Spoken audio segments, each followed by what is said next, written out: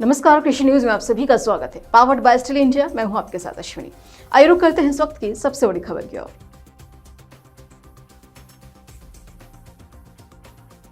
उत्तर प्रदेश में गौशालाओं को आत्मनिर्भर बनाने की दिशा में एक महत्वपूर्ण कदम उठाते हुए राज्य सरकार पर्यावरण के अनुकूल कृषि पद्धतियों के लिए गाय के गोबर और गौमूत्र का इस्तेमाल करने की योजना बना रही है।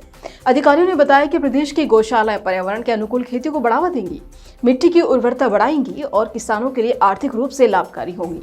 पशुपालन मंत्री धर्मपाल सिंह ने न्यूज एजेंसी से कहा कि हम गौशालाओं को आत्मनिर्भर बनाने के लिए हर स्तर पर काम कर रहे हैं।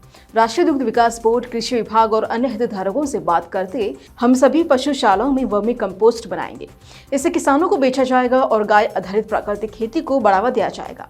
मंत्री ने कहा कि इसके लिए परियोजनाओं पर काम किया जा रहा है और नाबार्ड यानी राष्ट्रीय कृषि और ग्रामीण विकास बैंक जैसे संगठनों से भी मदद ली जाएगी। हाल ही में संपन्न हुए महाकुंभ के दौरान पशुपालन और दुग्ध विकास मंत्रालय ने गहन विचार विमर्श किया और पर्यावरण के अनुकूल कृषि में गौशालाओं की भूमिका को मजबूत करने के लिए रणनीति योजनाएं तैयार की हैं। विभाग के अधिकारी ने बताया कि योजनाओं के अनुसार गाय के गोबर और मूत्र का उपयोग पर्यावरण के अनुकूल कृषि पद्धतियों के लिए किया जाएगा। साथ ही किसानों और गौशालाओं के कर्मचारियों को मवेशियों के पोषण में सुधार के लिए चारा उत्पादन और संरक्षण के लिए प्रशिक्षित किया जाएगा। उन्होंने कहा कि राज्य सरकार लोगों के स्वास्थ्य और भूमि एवं पानी की गुणवत्ता को प्राथमिकता दे रही है, जिसके तहत प्राकृतिक खेती पर विशेष ध्यान दिया जा रहा है। ये एक ऐसी विधि है जिसमें खेती के लिए रासायनिक उर्वरक और कीटनाशक का इस्तेमाल नहीं किया जाता। अधिकारी ने कहा कि इस कृषि पद्धति में मवेशी महत्वपूर्ण भूमिका निभाते हैं और इसमें गाय के गोबर और मूत्र को जैविक उर्वरक के रूप में भी इस्तेमाल किया जा सकता है। उन्होंने कहा कि इससे किसानों को दोहरा लाभ मिलेगा। उन्होंने कहा कि उनके परिवारों को शुद्ध दूध मिलेगा और जैविक उर्वरकों के माध्यम से मिट्टी की उर्वरता भी बढ़ेगी। अधिकारियों ने कहा कि समय के साथ यह प्रयास गौशालाओं को आत्मनिर्भर बनाने में मदद करेगा। विभाग के अधिकारियों ने बताया कि प्रदेश की 7,700 अधिक गौशालाओं में इस वक्त 12.5 लाख छुट्टा मवेशी रखे गए हैं। इसके साथ ही राज्य ने मुख्यमंत्री सहभागिता योजना भी लागू की है, जिसके तहत 1 लाख किसानों को 1.62 लाख छुट्टा मवेशी दिए गए हैं और उनकी देखभाल के लिए हर महीने 1500 रुपए प्रति पशु की दर से दिए जा रहे हैं। अपने नवीनतम बजट में सरकार ने छुट्टा मवेशियों की सुरक्षा के लिए 2000 करोड़ रुपए आवंटित किए थे और ये पहले दिए गए 1001 करोड़ रुपए के अतिरिक्त हैं। इसके अलावा 543 नई गौशालाओं को भी मंजूरी दे दी गई है। प्रत्येक बड़ी गौशालाओं के लिए 1.60 करोड़ रुपए की अतिरिक्त धनराशि दी गई है।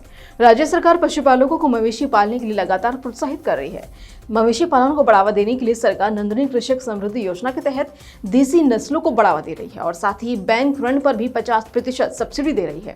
अमृत धारा योजना 10 लाख रुपए तक की सब्सिडी वाले ऋण प्रदान करती है और 3 लाख रुपए से कम के ऋण के लिए किसी गारंटर की आवश्यकता भी नहीं होती है। अधिकारियों ने बताया कि देश में जैविक खेती को बढ़ावा देने की दिशा में कदम उठाते हुए उत्तर प्रदेश सरकार किसानों को गाय आधारित जैविक उर्वरकों का उपयोग करके रसायन मुक्त कृषि अपनाने के लिए प्रोत्साहित कर रही है। उन्होंने बताया कि ये पहल विशेष रूप से गंगा नदी और बुंदेलखंड क्षेत्र के गांवों में केंद्रित है और इनमें स्थानीय जल संसाधनों को पर्यावरण के अनुकूल खेती के मॉडल्स में जोड़ा जा रहा है। कोविड महामारी ने स्वास्थ्य को लेकर वैश्विक जागरूकता बढ़ाई है, जिससे जैविक और प्राकृतिक रूप से उगाए गए उत्पादों की मांग बढ़ रही है। अधिकारियों ने बताया कि खान-पान की आदतों में ये बदलाव न केवल स्थानीय बल्कि वैश्विक भी है, जिससे उत्तर प्रदेश के किसानों के लिए नए अवसर पैदा हो रहे हैं। तो इस खबर पर आपकी क्या राय है, हमें कमेंट कर जरूर बताएं और ऐसे ही तमाम अपडेट्स के लिए बने रहें कृषि जागरण के साथ। धन्यवाद।